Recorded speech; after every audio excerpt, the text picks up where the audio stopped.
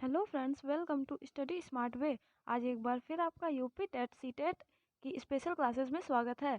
आज आपके लिए पर्यावरण का स्पेशल प्रैक्टिस सेट लेकर आए हैं, जिसमें मोस्ट इम्पॉर्टेंट क्वेश्चन आपके लिए छांट कर लाए हैं। तो आपको कोई भी क्वेश्चन अगर ऐसा लगे कि ये आने के ज़्यादा चांसेस हैं, तो उनका अलग से नोट्स बना लीजिए, जो आपके सुपर टेट में भी काम देंगे। चलिए आज का क्वेश्चन शुरू करते हैं। पहला क्वेश्चन इस तरह है, निम्न में से कौन एक एजेंडा 21 से संबंधित है? मॉन्ट्रियल संधि, रियो सम्मेलन, क्योटो संधि या +5 सम्मेलन? कौन सा एक एजेंडा 21, मोस्ट इंपॉर्टेंट क्वेश्चन है ये आपका रियो सम्मेलन से संबंधित है। ऑप्शन नंबर सेकेंड सही हो जाएगा। संयुक्त राष्ट्र संघ द्वारा पहला पृथ्वी शिखर सम्मेलन 1992 को रियो डी जेनेरियो यानी कि ब्राज़ील में हुआ था। तो वहाँ पर 21वीं सदी के लिए 21वीं सदी के लिए पर्यावरण के विकास के लिए कार्यक्रम निर्धारित किए गए थे। उसी से इनका नाम एजेंडा 21 पड़ा। जबकि आपकी मॉन्ट्रियल संधि ये ओजोन 6 से रिलेटेड है। ये भी मोस्ट इम्पॉर्टेंट है, ये भी एग्जाम में पूछ दी जाती है। पर आज आपका एजेंडा 21 पूछा जा रहा है, तो ये रियो सम्मेलन से संबंधित है। ऑप्शन नंबर सेकेंड सही हो जाएगा। चलिए आगे बढ़ते हैं अगले प्रश्न पर। निम्न ऊर्जा संसाधनों में से किसका अविवेकपूर्ण उपयोग पर्यावरण प्रदूषण के लिए मुख्यतः उत्तरदायी है? अविवेकपूर्ण उपयोग यानी कि बुरी तरह से। भूतापीय ऊर्जा, बायोगैस ऊर्जा, जल विद्युत ऊर्जा या जीवाश्म ईंधन? किस ऊर्जा संसाधन का प्रयोग अविवेकपूर्ण उपयोग हो रहा है, जिससे पर्यावरण प्रदूषित हो रहा है? तो इसमें आपका जीवाश्म ईंधन यानी कि कोयला, खनिज तेल, प्राकृतिक गैसें ये आ जाती हैं।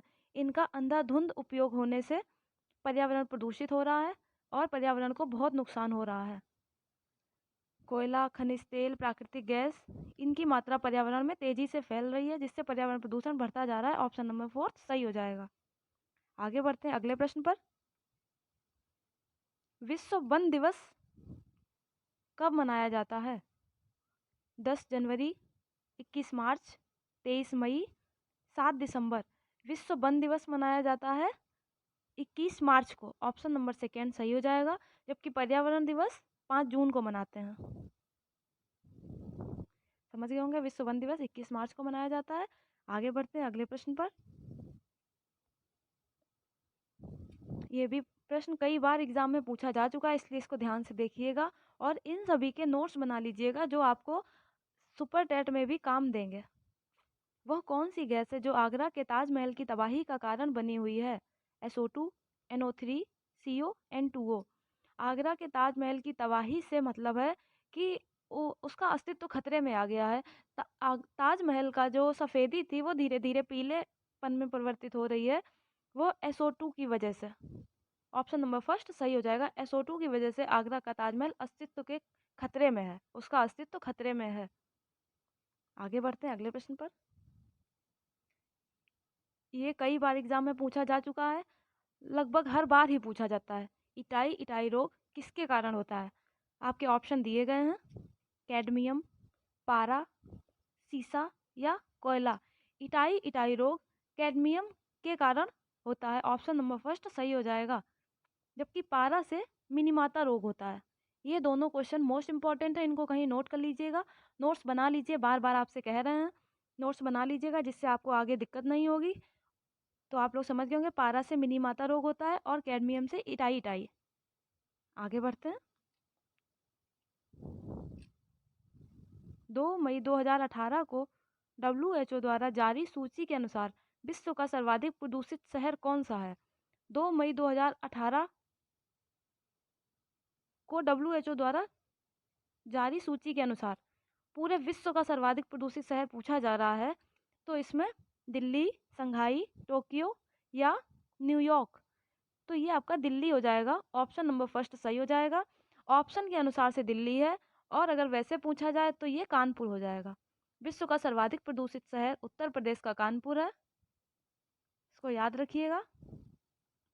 और ऑप्शन के अनुसार दिल्ली है। आगे बढ़ते हैं। वायुमंडल में CO2 तथा आर्गन कितने प्रतिशत पाए जाते हैं? 0.03 एवं 0.93%, 1 एवं 2%, 0.23 एवं 0.97%, या इनमें से कोई नहीं। वायुमंडल में CO2 0.03% पाई जाती है और जबकि आर्गन 0.93% पाई जाती है। ऑप्शन नंबर फर्स्ट सही हो जाएगा। आगे बढ़ते हैं। ब्लैक फुट नामक बीमारी का कारण क्या है? ब्लैक फुट नामक बीमारी का कारण पूछा गया है। किसकी अधिकता से होता है? अमोनिया की अधिकता से, आयरन की अधिकता से, आर्सेनिक की अधिकता से, या फ्लोराइड की अधिकता से। ब्लैक फुट नामक बीमारी आर्सेनिक की अधिकता से होती है। ऑप्शन नंबर थर्ड सही हो जाएगा। इससे त्वचा और फेफड़ों के कैंसर हो जाते हैं। ये मोस्टली जानवरों में ज़्यादा होती है, जानवरों में ज़्यादा होती है और इससे त्वचा और फेफड़ों संबंधी कैंसर हो जाते हैं। तो ब्लैक फुट नामक बीमारी का संबंध आर्सेनिक की अधिकता से है। ये ज़्यादातर जानवरों में पाई जाती है और इससे त्वचा और फेफड़ों से संबंधित कैंसर हो जाते हैं। आगे बढ़ते हैं अगले प्रश्न की तरफ। गाजर घास के परागकण से कौन सा रोग होता है? गाजर घास के परागकण से, गाजर घास को पार्थीनियम भी कहते हैं। अगर कभी एग्जाम में आपसे नाम बदल कर पूछ लिया जाए तो आप ये दोनों नाम याद रखिएगा, गाजर घास और पार्थीनियम। के परागकण से कौन सा रोग होता है? आंखों में जलन एवं दमा, खांसी एवं सरदर्द, चक्कर आना, चर्म रोग एवं दमा। आपको बता दें गाजर घास के परागकण से चर्म रोग और दमा होता है। ऑप्शन नंबर फोर्थ सही हो जाएगा। अगले प्रश्न की तरफ बढ़ते हैं। दम घोटू गैस किस गैस की उपमा है? यानी कि दम घुटने वाली गैस कौन सी है? Carbon dioxide, carbon monoxide, sulphur dioxide, या नाइट्रोजन ऑक्साइड। दम घोटू गैस कार्बन मोनोऑक्साइड है। ऑप्शन नंबर सेकेंड सही हो जाएगा। कार्बन मोनोऑक्साइड को दम घोटू गैस की उपमा दी गई है। आगे बढ़ते हैं। पर्यावरण अध्ययन क्या है? प्राकृतिक एवं मानव निर्मित पर्यावरण एवं इन दोनों के मध्य होने वाले अंतरक्रियाओं का अध्ययन। केवल जीव जगत पर प्रकृति का पड़ने वाला प्रभाव, केवल वनस्पति जगत पर प्रकृति का पड़ने वाला प्रभाव, प्राकृतिक महामारियों का अध्ययन। पर्यावरण अध्ययन पूछा गया। पर्यावरण अध्ययन के अंतर्गत सब कुछ आता है जो कुछ हमारे वातावरण में उपस्थित होता है। तो ये प्राकृतिक एवं मानव निर्मित पर्यावरण तथा इन दोनों के मध्य होने वाली अंतःक्रियाओं का अध्ययन ही कहलाएगा पर्यावरण अध्ययन। ऑप्शन नंबर फर्स्ट सही हो जाएगा। आगे बढ़ते हैं अगले प्रश्न पर। भारत के एनिमल वेलफेयर बोर्ड का मुख्यालय कहाँ स्थित है? एनिमल वेलफेयर बोर्ड, ये एग्जाम में पूछा जा सकता है। इंपॉर्टेंट क्वेश्चन है, इसको लिख लीजिएगा, नोट कर लीजिएगा कहीं पर।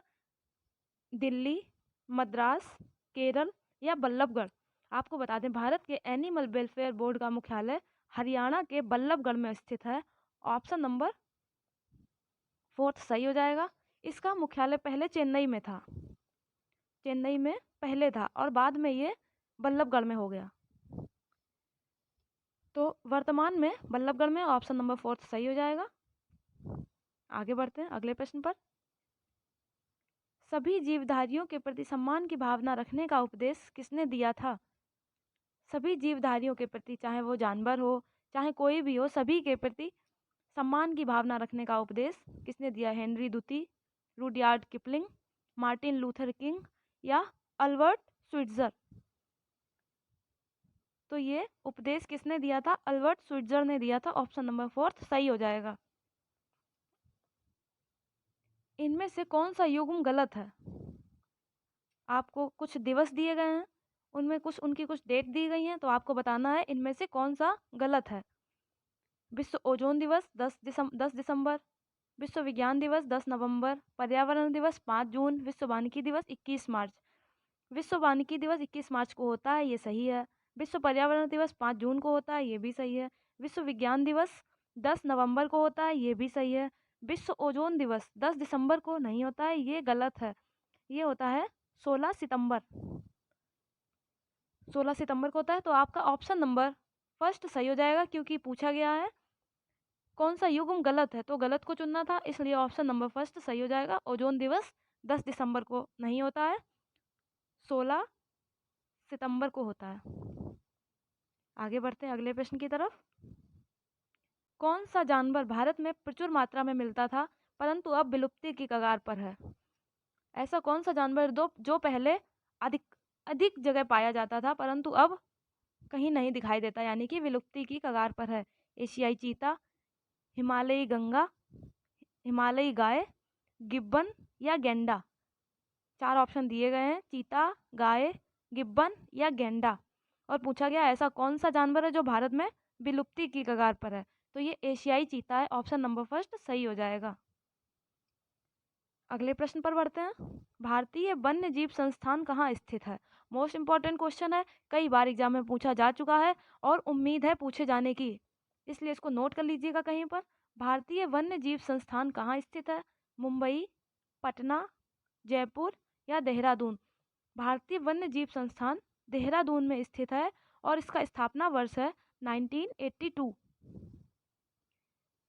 ये मोस्ट इंपॉर्टेंट क्वेश्चन है, पर्यावरण में पूछ सकते हैं इसको, इसलिए याद रखिएगा। ये देहरादून में है और इसकी स्थापना 1982 में हुई थी। जिन्होंने भी अभी तक वीडियो पुरानी नहीं देखी हो वो देख लीजिए जाकर, और ज़्यादा से ज़्यादा शेयर करें, लाइक करें और सब्सक्राइब भी करें। भारत का सबसे पहला राष्ट्रीय उद्यान कौन सा है? जिम कॉर्बेट, गिर राष्ट्रीय उद्यान, दुधवा राष्ट्रीय उद्यान, राजाजी राष्ट्रीय उद्यान। सबसे पहला राष्ट्रीय उद्यान आपका जिम कॉर्बेट राष्ट्रीय उद्यान है, ऑप्शन नंबर फर्स्ट सही हो जाएगा। इसको 1936 में स्थापित किया गया था और इसको पहले हेली नेशनल पार्क के रूप में जाना जाता था, बाद में इसका नाम जिम कॉर्बेट पड़ा। हेली नेशनल पार्क के रूप में जाना जाता था, बाद में इसे जिम कॉर्बेट के नाम से जानने लगे और ये आसाम में है। आगे बढ़ते हैं अगले प्रश्न पर।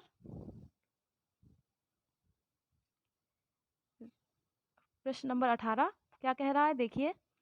राज्य देश के पर्यावरण के संरक्षण तथा उनमें संवर्धन तथा वन्य जीवों की रक्षा का प्रयास करेगा। यह कथन भारतीय संविधान के किस अनुच्छेद से संदर्भित है? राज्य देश के पर्यावरण के संरक्षण और उनमें संवर्धन वन्य जीवों की रक्षा करेगा। यह कथन किस संविधान में संदर्भित है, यह पूछा गया है। अनुच्छेद 56, अनुच्छेद 51A, अनुच्छेद 36, अनुच्छेद 48A। आपसे पूछा जा रहा है कि ऊपर का जो सेंटेंस है वो संविधान के किस अनुच्छेद में लिखा है। तो ये अनुच्छेद 48A, ऑप्शन नंबर फोर्थ सही हो जाएगा। ये नीति निर्देशक तत्वों में शामिल है, ये भी याद रखिए क्योंकि ऐसे घुमा के क्वेश्चन पूछ लिया जा सकता है, तो आप लोगों को किसी तरह की कन्फ्यूजन ना हो, इसलिए नीति निर्देशक तत्वों में ये शामिल है। अनुच्छेद 48A, ऑप्शन नंबर फोर्थ सही हो जाएगा। आगे बढ़ते हैं। कौन सा उत्तर प्रदेश में स्थित नहीं है? इनमें से कौन सा उत्तर प्रदेश में नहीं है? आपके ऑप्शन दिए गए हैं। चंद्रप्रभा अभयारण्य, दुधवा राष्ट्रीय उद्यान, मानस राष्ट्रीय उद्यान, पार्वती अरंग अभयारण्य। कौन उत्तर प्रदेश में स्थित नहीं है यह पूछा गया है, तो आपको पहले पता होने चाहिए कौन से उत्तर प्रदेश में हैं। तो ये आपका दुधवा लखीमपुर खीरी में है, मानस राष्ट्रीय उद्यान, इसको अभी बताते हैं, चंद्रप्रभा चंदौली में है, और पार्वती अरंग गोंडा में है।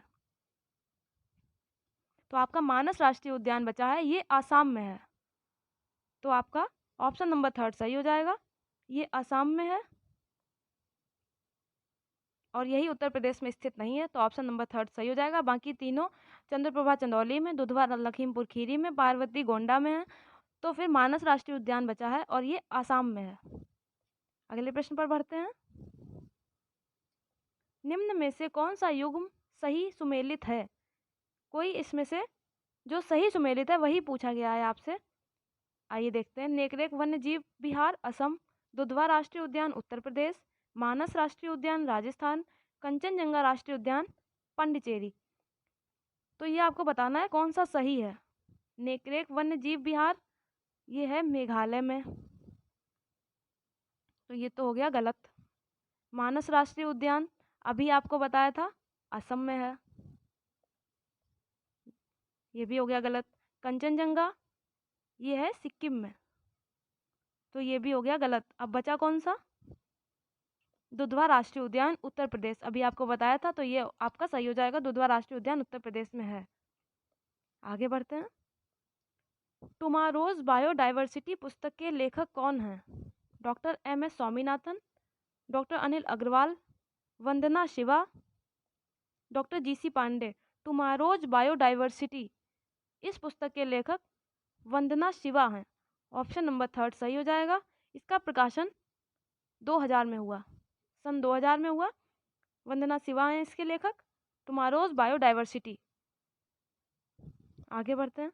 बायोडाइवर्सिटी इन इंडिया, ये दोनों पुस्तकों के नाम कुछ कुछ एक से हैं, इसलिए इनमें कन्फ्यूजन ना लाएं। दोनों आपको बता दिया गया है। बायोडाइवर्सिटी इन इंडिया के लेखक डॉक्टर वंदना शर्मा, डॉक्टर सुनीता नारायण, माइक पांडे या टी पुलैया। तो बायोडाइवर्सिटी इन इंडिया के लेखक टी पुलैया हैं। ऑप्शन नंबर 4 सही हो जाएगा। इन दोनों को लिख लीजिएगा, कन्फ्यूजन हो सकता है क्योंकि नाम एक से हैं कुछ कुछ। बायोडाइवर्सिटी इन इंडिया और टुमारोज बायोडाइवर्सिटी। आगे बढ़ते हैं अगले प्रश्न की तरफ। किसी प्रजाति को विलुप्त माना जा सकता है जब वह अपने प्राकृतिक आवास में नहीं देखी गई है। किसी प्रजाति को कब विलुप्त माना गया है, कितने साल तक वो अपने आवास में ना दिखे तब। तो इसका आपका कौन सा ऑप्शन सही होगा? 35 वर्ष, 20 वर्ष, 10 वर्ष या 50 वर्ष।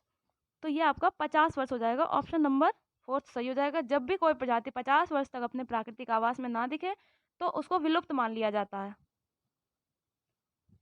आगे बढ़ते हैं। उत्तर प्रदेश में ऑपरेशन ग्रीन कब प्रारंभ किया गया? 1 जुलाई 2001, 2 जुलाई 2001, 1 जुलाई 2005 या 6 जून 2006। उत्तर प्रदेश में ऑपरेशन ग्रीन ये 1 जुलाई 2001 को आरंभ किया गया था। ऑप्शन नंबर 1 सही हो जाएगा। ये उत्तराखंड के अलग होने के बाद वृक्षों की कमी को देखते हुए ऑपरेशन ग्रीन प्रारंभ हुआ। अगले प्रश्न पर बढ़ते हैं। वर्तमान में उत्तर प्रदेश में कुल वनावरण एवं वृक्षारोपण कितना प्रतिशत है? 2.56, 4.46, 9.50, 9.18। कुल वनावरण और वृक्षारोपण कितना प्रतिशत है? तो भारतीय वन स्थिति 2017 में भारतीय वन स्थिति रिपोर्ट के अनुसार 9.18% है। ऑप्शन नंबर 4 सही हो जाएगा। आगे बढ़ते हैं अगले प्रश्न की तरफ। भारत